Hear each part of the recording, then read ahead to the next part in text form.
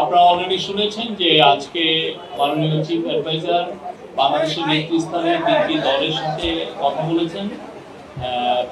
মিটিংগুলো খুব সৌহার্দ্য পরিবেশে হয়েছে এবং মিটিংগুলোর মূল টকিং পয়েন্ট ছিল কারেন্ট পলিটিক্যাল সিচুয়েশন, নির্বাচন, সংস্কার এবং আমাদের বিচার প্রক্রিয়া, যেটা জুলাই হত্যাযজ্ঞের বিচার প্রক্রিয়া নিয়ে এটা ছিল মেজর তিনটা পয়েন্ট। সে বিষয়ে অনেক তাদের কথাগুলো শুনেছেন চিফ অ্যাডভাইজার, উনি নিজেও কিছু কথা বলেছেন। মিটিংয়ে প্রথম দুইটা মিটিংয়ে local government adviser Asif Mahmud Sajib Bhuiyan ছিলেন, আর তিনটা মিটিংয়েই কনসেনসাস কমিশনের vice chairman professor Ali Riaz ছিলেন। আর প্রথম মিটিংয়ে বিএনপিতে 4 জন ছিলেন, খন্দকার বিএনপি স্ট্যান্ডিং কমিটির মেম্বার ডক্টর খন্দকার মোশাররফ হোসেনের নেতৃত্বে। আর জামাতের মিটিংয়ে 2 জন ছিলেন, জামাতের আমির এবং জামাতের নায়েবে আমির। জামাতের আমির ডক্টর শফিকুর রহমানের নেতৃত্বে, এবং এনসিপির 4 জন ছিলেন এবং এনসিপির একমাত্র দল যেখানে একজন মহিলা প্রতিনিধি ছিলেন। এনসিপিকে নেতৃত্ব দিয়েছেন নাহিদ ইসলাম। তো মিটিংয়ে প্রত্যেকটা পার্টি তাদের স্ব অবস্থান করেছেন। তারা মাননীয় চিফ অ্যাডভাইজারকে অকুণ্ঠ সমর্থন জানিয়েছেন। তারা বলেছেন তার নেতৃত্বে তাদের আস্থা আছে, এবং তারা বলেছেন যে কেউ বলেছেন যে তারা বেশ কিছু রিপোর্ট করেছেন যে উনি পদত্যাগের বিষয়টা উনি ভাবছেন। তো সে বিষয়ে তারা বলেছেন যে পুরো বাংলাদেশ সবাই চিফ অ্যাডভাইজারের নেতৃত্বে আস্থা আছে, এবং তাকে অনুরোধ করেছেন যাতে উনি ওনার নেতৃত্বেই যেন বাংলাদেশে একটা ফ্রি অ্যান্ড ফেয়ার ইলেকশন হয়, ওনার নেতৃত্বে ওনাদের অকুণ্ঠ সমর্থন জানিয়েছেন। নির্বাচনের বিষয়ে বিএনপি ডিসেম্বরের মধ্যে ইলেকশন চেয়েছেন। জামাত বলেছেন যে তারা ইলেকশন চেয়েছেন, তারা মনে করেন যে রিফর্ম প্রক্রিয়া ডিসেম্বরের মধ্যে লেগে যাবে রিফর্ম প্রক্রিয়া শেষ করতে।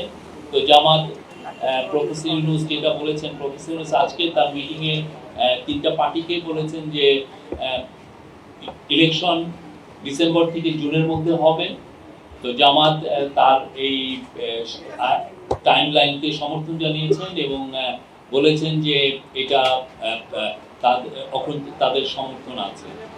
এনসিপিও একই, তার ইলেকশন কমিশনের বিষয়ে এনসিপি এবং জামাত বলেছেন যে তারা মনে করে না যে এখন যে অবস্থায় আছে তাতে লেভেল প্লেইং ফিল্ড, একটা ফ্রি অ্যান্ড ফেয়ার ইলেকশনের জন্য যে পরিবেশ দরকার সেই পরিবেশটা নাই, এবং এটা কোনো লেভেল প্লেইং ফিল্ড নাই।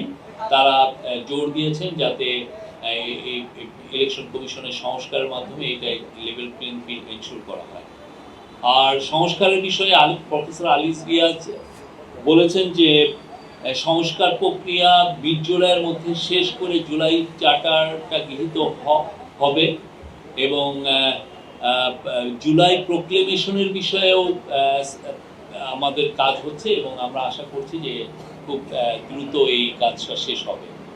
এই ছিল, আর অন্যান্য আর এগুলোই ছিল আজকের। এর বাইরে তেমন কোনো আমরা বলবো যে এগুলো আপনাদের প্রশ্ন নিচ্ছি। আপনারা প্রধান উপদেষ্টার পক্ষ থেকে কি বার্তা ছিল? রাজনৈতিক দলগুলো যে আসলো তাদের বক্তব্য শুনে প্রধান উপদেষ্টার পক্ষ থেকে কি বার্তা? উনি তো প্রত্যেকটা বিষয়ে বিচার প্রক্রিয়ার বিষয়ে প্রধান উপদেষ্টা বলেছেন এই মাসেই বিচার প্রক্রিয়া শুরু হবে। জুলাই যে হত্যাযজ্ঞ হয়েছে সেটার বিচার প্রক্রিয়া এই মাসে হবে, এবং পার্টিগুলো তার কাছে অনুরোধ করেছেন যে খুব বিচার প্রক্রিয়ার জন্য খুব কুইক হয়, এবং but at the same time যাতে ডিউ প্রসেসটা মেনটেন করে যত দ্রুত বিচার প্রক্রিয়া করা যায়। প্রফেসর ইউনূস তাদেরকে বলেছেন যে উনি এখানে সর্বোচ্চ এমফাসিস দিচ্ছেন যাতে এই বিচার প্রক্রিয়াটা দ্রুত এবং সমস্ত ডিউ প্রসেস মেনটেন করে হয়। যে পরিস্থিতিতে আজকের বৈঠকটা হয়েছে, গত 2 দিন ধরে আজকের বৈঠকে কি সংকট কাটবে বলে মনে হচ্ছে নাকি আগের জায়গায় রয়ে গেছে? এটা সংকটের কি হলো আমরা জানি না। এটা আমরা বলতে পারি যে আজকে খুবই সৌহার্দ্যপূর্ণ পরিবেশে বাংলাদেশের 3টি নেতৃস্থানীয় পার্টির সাথে আমাদের চিফ অ্যাডভাইজারের মিটিং হয়েছে। বিএনপিকে দেখে মনে হয়েছে যে বিএনপি তাদের এই বৈঠকে সন্তুষ্ট না, যদিও আজকে বলে হয়েছে এটা বিএনপির বিষয়। আরেকটা হচ্ছে এনসিপি চেয়েছে যে তারা লোকাল গভর্নমেন্ট ইলেকশন চেয়েছে।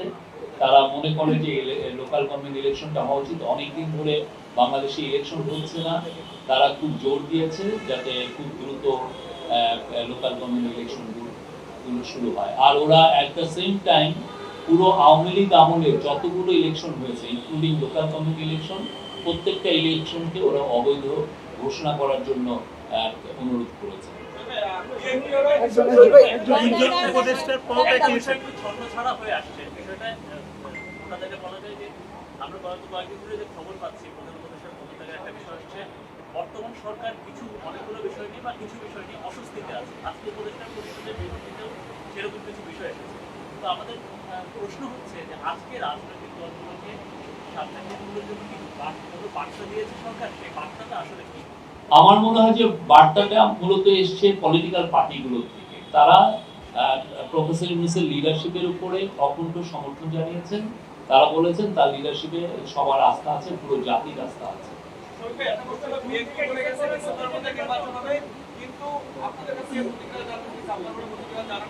প্রফেসর ইউনূস বিএনপির ওই মিটিংয়ে বলেছেন যে ইলেকশন উনি ডিসেম্বর থেকে জুনের মধ্যে করবেন। উনি বলেছেন যে উনি জুন 30 কাট অফ টাইম এর ওই পারে যাবে না। উনি এক কথার মানুষ, উনি যেটা বলেন সেই কথাটা উনি রাখেন।